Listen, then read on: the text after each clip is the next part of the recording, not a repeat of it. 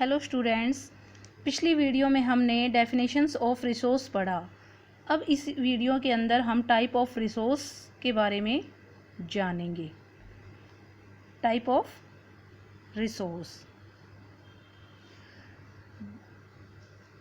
There are 3 types of resource: natural resource, second man made, and third human resource. Okay, there are 3 type of resource: natural resource, man-made resource, human resource.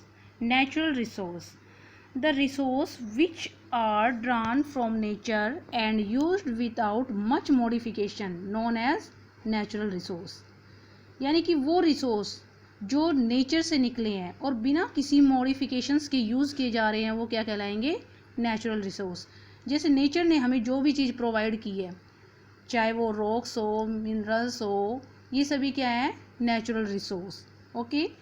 Secondly है man made, यानी कि मनुष्य द्वारा बनाई गई सभी चीज़ें क्या कहलाएंगी? Man made resource.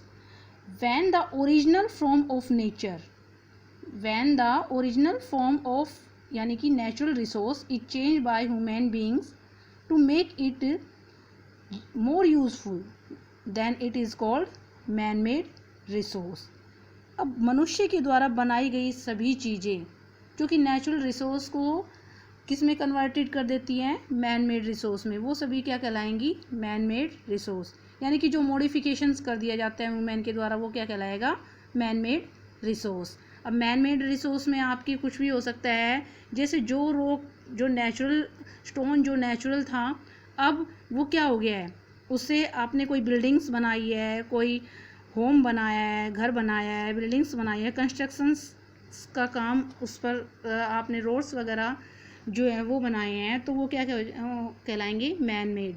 ठीक है। इसी तरीके से वुड है जो नेचुरल है, लेकिन अगर उसी वुड का यूज़ आप उस टेबल बना रहे हो, चेयर बना रहे हो, तो वो क्या कहलाएगा? Man made resource. थर्ड आता है human resource. Human resource are most important resource because their women's ideas, knowledge and skill lead to the creation of new resource. Human जो resource है वो सबसे important resource है, क्योंकि people are human resource. Education and health help to make people a valuable resource. बिना मनुष्य की कोई भी चीज़ मैन मेड रिसोर्स में कन्वर्ट नहीं होगी। मनुष्य अपनी स्किल के द्वारा हर नेचुरल चीज़ को क्या कर लेगा? मॉडिफाई कर लेगा। Is it clear? अब हम देखते हैं जो नेचुरल रिसोर्स है उसको भी क्लासीफाई किया जाता है। ओके। नेचुरल रिसोर्स को क्लासीफाई किया जाएगा on the basis of development, यानी कि विकास के आधार पर। Is it clear? On the basis of development. Secondly इसका पार्ट है on the basis of origin, यानी कि उत्पत्ति के आधार पर। और थर्ड है इसका पार्ट स्टॉक एंड डिस्ट्रीब्यूशंस, यानी कि on the basis of stock and distribution, यानी कि जितने भी जो रिसोर्स हैं उनका वितरण कहाँ कहाँ है और उनका स्टॉक कितना है। अब हम सबसे पहले स्टार्ट करेंगे on the basis of development. On the basis of development the resource are classified into 2 categories. First actual resource and second potential resource.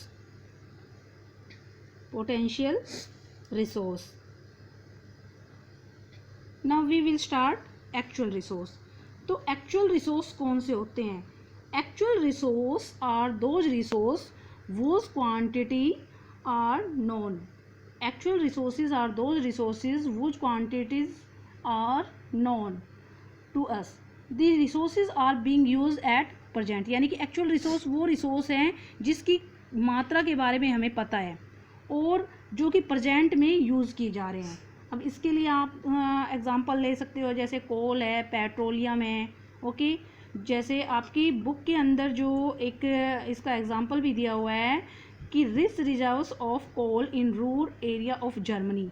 Germany की जो रूर घाटी है उसके अंदर जो कोल है वो क्या है? एक एक्चुअल रिसोर्स है, क्योंकि उसकी क्वांटिटी हमें पता है कि उसमें कितनी मात्रा में वहाँ पर कोयला पाया जाता है। पेट्रोलियम की कितनी मात्रा महाराष्ट्र के डेक्कन प्लेटू में पाई जाती हैं, तो वो क्या कहलाएंगे, एक्चुअल रिसोर्स। तो इसमें 2 एग्जांपल कर सकते हैं हम, कोल एंड पेट्रोलियम। सेकेंडली हमारा है potential resource. Potential resource are those which whole quantity may not be known. Potential resources वो हैं जिसकी कंप्लीट क्वांटिटी के बारे में हमें नहीं पता है, यानी कि जिसकी संभावना है। These resource can be used in the future. ये जो रिसोर्स हैं वो फ्यूचर में यूज़ किए जा सकते हैं, क्योंकि हमें अभी उनकी कंप्लीट जो क्वांटिटी उसके बारे में पता नहीं है, लेकिन आने वाले टाइम में इनका यूज़ हो सकता है। टेक्नोलॉजी के आधार पर इनको प्राप्त किया जा सकता है। जैसे कि हम लद्दाख के अंदर जो यूरेनियम पाया जाता है, हालांकि हमें ये पता है कि लद्दाख में यूरेनियम है, लेकिन अभी इतना कोई टेक्नोलॉजी डेवलप नहीं हुई है कि लद्दाख से यूरेनियम को निकाला जा सके, तो वो क्या कहलाएगा। लेकिन इन फ्यूचर ये पॉसिबिलिटी बनती है कि इन फ्यूचर उसे वहाँ से निकाला जा सकता है, तो वो क्या कहलाएगा, पोटेंशियल रिसोर्स। तो इसका एक एग्जांपल होगा, for example uranium found in Ladakh, यानी कि uranium found in Ladakh. Okay. Second, अब हम देखते हैं कि रिसोर्सेज जो होते हैं उसको ओरिजिन के आधार पर